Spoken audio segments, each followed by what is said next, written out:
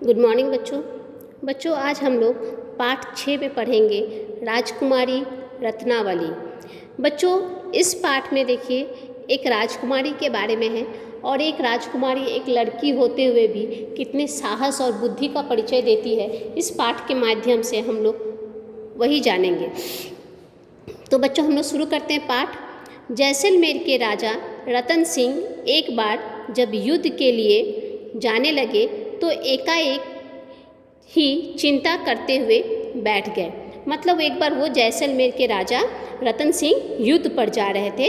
जाते हुए क्या हुआ, जाते समय अचानक ही वो चिंता करते हुए बैठ गए।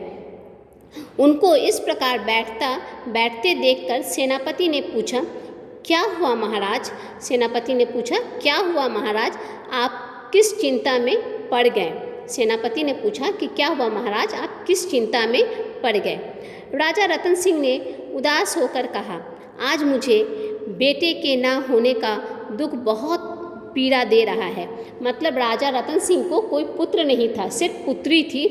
तो वो युद्ध में जाने से पहले क्या हुआ बच्चों ना, काफ़ी उदास हो गए और उदास होकर बैठ गए। और जब मंत्री ने पूछा कि क्या हुआ महाराज, आप उदास क्यों हो गए, तब उन्होंने कहा कि आज मुझे बेटे के ना होने का दुख हो रहा है। काश मेरा एक बेटा होता, मैं आज अपने किले को उसे सौंप कर तो जा सकता। तो उन्होंने कहा कि मैं अगर मेरा एक बेटा होता तो मैं अपने बेटे को किले को सौंप कर, मतलब किले का जो मतलब सुरक्षा है, उनके बोलने का तात्पर्य यह है कि किले का जो सुरक्षा है उसे सौंप कर जा सकता था। मेरे जाने के बाद मेरे राज्य और किले की रक्षा कौन करेगा? वो कहने लगे कि मेरे जाने के बाद मेरे किले की और मतलब प्रजा की रक्षा कौन करेगा, राज्य की रक्षा कौन करेगा? सेनापति ने राजा रतन सिंह को इस प्रकार दुखी होते देखा तो कहा, आप ऐसा क्यों सोचते हैं महाराज? आपने तो राजकुमारी रत्नावली को विधिवत सैनिक शिक्षा भी दी है। मतलब उन्होंने कहा कि आप ऐसा क्यों सोच रहे हैं, आपने तो राजकुमारी जो है रत्नावली उसको तो आपने सब तरह का सैनिक शिक्षा आपने दी है। हमारे पीछे वो किले की रक्षा करने में पूरी तरह समर्थक है। मतलब हमारे पीछे किले की वो रक्षा करने में पूरी तरह समर्थक है। राजा रतन सिंह ने कहा, वह सब तो ठीक है सेनापति, लेकिन रत्नावली फिर भी बच्ची है, अनुभवहीन है। मतलब वो सब तो ठीक है, राजा ने कहा, लेकिन उसके पास अनुभव नहीं है, अनुभवहीन है। तुम भी जानते हो कि आज हमें चारों ओर से ईवानों के हमले का भय बना रहता है। ईवानों को जब ज्ञात होगा कि मैं राज्य में नहीं हूँ और मेरे पीछे रक्षा करने वाला भी कोई नहीं है, तो वो तुरंत आक्रमण कर देंगे। मतलब उन्होंने बताया कि जैसे ही उनके शत्रु पक्ष को ये पता चलेगा कि मतलब उनके राज्य में राजा नहीं है, वो बाहर गए हैं और राज्य की रक्षा करने वाला भी कोई नहीं है, तो वो कहने लगे राजा कि मेरे जाते ही वो क्या करेगा ना, राज्य पर हमला कर देगा। ऐसे में क्या रत्नावली उनका मुकाबला कर सकेगी? तो उन्होंने कहा, क्या रत्नावली ऐसे में उनका मुकाबला कर सकेगी? राजकुमारी रत्नावली बहुत देर से पीछे खड़ी हुई अपने पिता और सेनापति की बातें सुन रही थी। वो आगे आई और वो बातें सुन रही थी। उसके बाद क्या हुआ देखो बच्चों कि वो आगे आई और राजा रतन सिंह से बोली, अवश्य पिताजी, मैं ऐसी हालत में ईवानों का मुकाबला अवश्य ही कर सकूंगी। मतलब उन्होंने अपने पिता की और सेनापति की सारी बातें जब सुन ली तो उसने कहा कि अवश्य पिताजी, मैं राज्य का और ईवानों का मतलब अपने राज्य की सुरक्षा अवश्य कर पाऊंगी और मैं अपने शत्रु का, जो मेरे शत्रु पक्ष हैं जिनकी वजह से आप चिंता कर रहे हैं, मैं उनका मुकाबला अवश्य कर सकूंगी। आप निश्चिंत होकर युद्ध में जाइए। क्या कहा? आप निश्चिंत होकर युद्ध में जाइए। यदि आप चिंता लेकर युद्ध में गए तो शत्रु से युद्ध नहीं कर सकेंगे। उसने एक बहुत अच्छी बात कही कि देखिएगा बच्चों, अगर आप चिंता लेकर कोई भी कार्य करते हैं तो वो कार्य में क्या होती है, सफलता प्राप्त नहीं होती है। ठीक राजकुमारी ने भी वही कहा कि पिताजी, अगर आप चिंता लेकर युद्ध करने जाइएगा तो आप क्या होगा ना, युद्ध नहीं कर पाइएगा, सफल नहीं हो पाइएगा। चिंता के कारण युद्ध हार भी सकते हैं और चिंता के कारण क्या हो सकता है कि आप युद्ध हार भी सकते हैं। आपको अपने मन में ये भरोसा होना ही चाहिए कि कोई इधर आने की हिम्मत नहीं कर सकेगा, और यदि किसी की ने हिम्मत की भी तो उसे मुंह की खानी पड़ेगी। मतलब अगर कोई हिम्मत करके आएगा भी तो उसे क्या होगा ना, उसे मुंह की खानी पड़ेगी, मतलब उसे हार मानना पड़ेगा। सेनापति ने भी राजा रतन सिंह को साहस बंधाया। हाँ महाराज, मुझे तो अपनी राजकुमारी पर पूरा पूरा भरोसा है। उसने क्या कहा कि हाँ महाराज, मुझे अपनी राजकुमारी पर पूरा पूरा भरोसा है कि वह किले की रक्षा अवश्य कर लेगी। क्या कहा कि वो किले की रक्षा अवश्य कर लेगी। फिर आपको अपनी पुत्री पर भरोसा क्यों नहीं है? उसने कहा कि फिर आपको अपनी पुत्री पर भरोसा क्यों नहीं है? किसने कहा बच्चों? तो मंत्री ने कहा। किससे कहा? तो राजा रतन सिंह से कहा। राजा रतन सिंह को सेनापति की बात से तसल्ली हुई और उन्होंने अपनी पुत्री को आशीर्वाद देते हुए कहा, भगवान तुम्हारी रक्षा करे।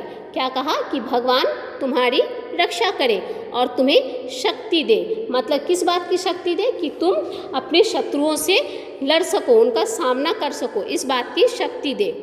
पुत्री रत्नावली को अन्य कुछ बातें समझाकर राजा रतन सिंह सेनापति के साथ चल दिए। मतलब क्या हुआ, और कुछ जरूरी बातें अपनी पुत्री को समझाकर वो क्या हुए ना, युद्ध के लिए चल दिए। इधर तो युद्ध के लिए रवाना हुए और उधर दूसरी ओर से गुप्तचरों ने राजकुमारी को संदेश दिया कि युवन सेना किले को घेर रही है।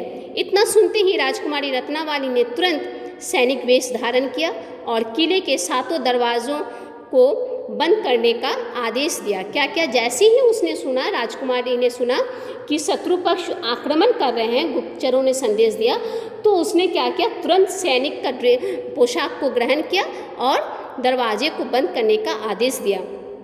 मतलब 7 दरवाजे थे। कितने दरवाजे थे? तो 7 दरवाजे थे। सातों दरवाजों को बंद करने का आदेश दिया। राजकुमारी ने किले के भीतर के सारे सैनिकों को तैयार किया। युवन अब तक किले के पास आकर किले पर हमला करना आरंभ करने लगे थे।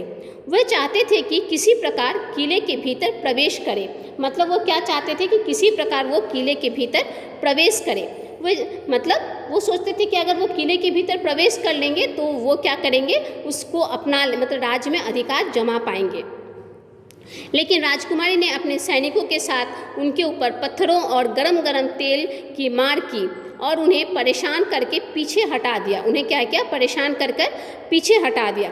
शत्रु सेना मार खाकर पीछे तो हट गई थी, पर उसने अभी तक घेरा नहीं तोड़ा था। मतलब क्या क्या था? शत्रु सेना हार मानकर पीछे तो हट गई थी, लेकिन घेरा अभी तक नहीं तोड़ा था।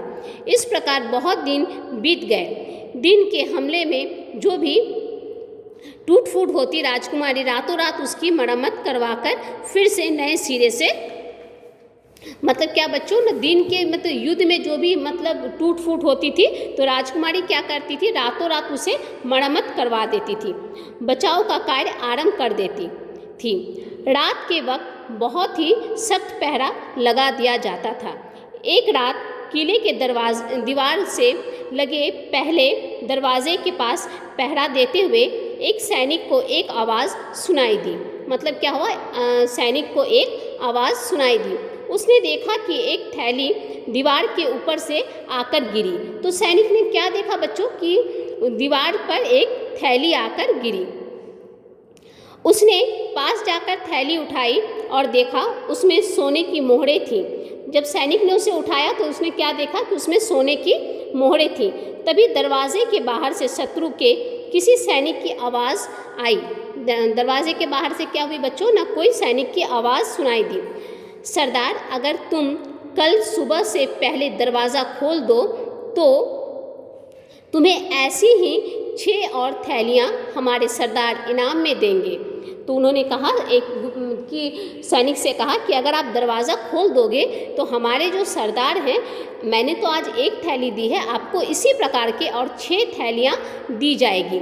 किले के पहरेदार ने हाथ की थैली को और देखा, हाथ की थैली को और मतलब इस तरह से उठाकर उसने देखा तथा शत्रु सेना की बात सुनकर मुस्कुराया। मतलब क्या हुआ, शत्रु सेना की बात को सुनकर वह मुस्कुराया। फिर वो थैली को लेकर राजकुमारी रत्नावली के पास आया। फिर क्या हुआ बच्चों, ना वो थैली को लेकर राजकुमारी के पास गया और बोला, राजकुमारी जी, दरवाज़ा खोलने के लिए ये थैली मुझे दी जा रही है। तो उसने कहा कि दरवाज़ा खोलने के लिए मुझे ये थैली दी जा रही है, मतलब दिया जा रहा है। 6 थैलियाँ दरवाज़ा खोलने के बाद और मिलेंगी। तो उसने कहा कि मैं अगर दरवाज़ा खोल देता हूँ तो मुझे और 6 थैलियाँ मिलेगी। राजकुमारी भी मुस्कुराई और बोली, तुम पहला और दूसरा दरवाज़ा खोल दो।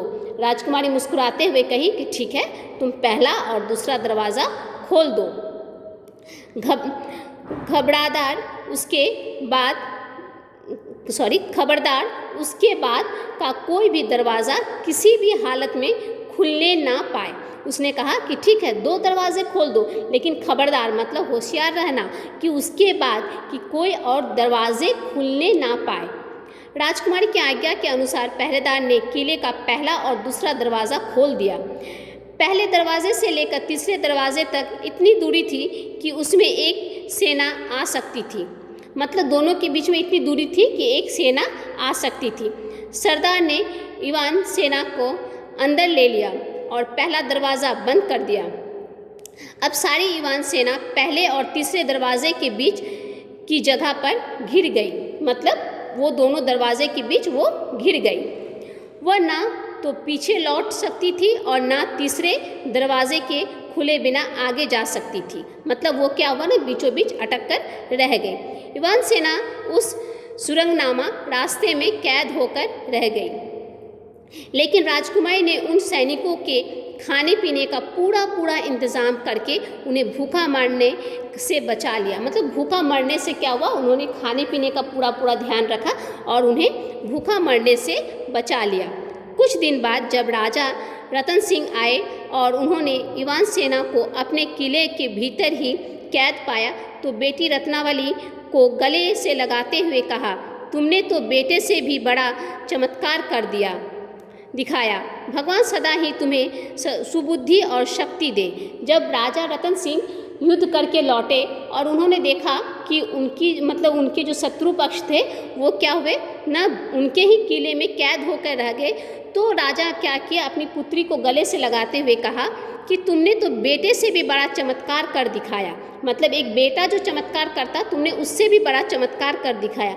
भगवान सदा ही तुम्हें सुबुद्धि और शक्ति दे। मतलब भगवान हमेशा तुम्हें आशीर्वाद देते हुए कहा कि भगवान हमेशा तुम्हें सुबुद्धि दे, शक्ति दे। बाद में इवान सेना के साथ संधि की बात चली और राजा रतन सिंह ने उसे मुक्त कर दिया। मतलब क्या हुआ न, बाद में राजा और उनके जो इवान सेना थे उनके बीच संधि हो गई, शत्रुता खत्म हो गई। तो बच्चों, इस पाठ के माध्यम से हम लोग जाने कि एक जो राजकुमारी है, एक लड़की होते हुए भी कितनी वीरता का परिचय देती है। वो जब उसके पिता राज्य में नहीं रहते हैं, राजा रतन सिंह नहीं रहते हैं, तो जब शत्रु पक्ष आक्रमण करते हैं तो वो क्या करती है, डरती नहीं है और अपने शत्रुओं का डटकर मुकाबला करती है। मतलब इस पाठ के माध्यम से हम लोग जाने कि एक लड़की होते हुए भी वह किसी तरह डरती नहीं है और इस चीज़ का उदाहरण देती है कि शत्रुओं के सामने वो हार नहीं मानती है और वीरता का परिचय देती है। ठीक है बच्चों, धन्यवाद।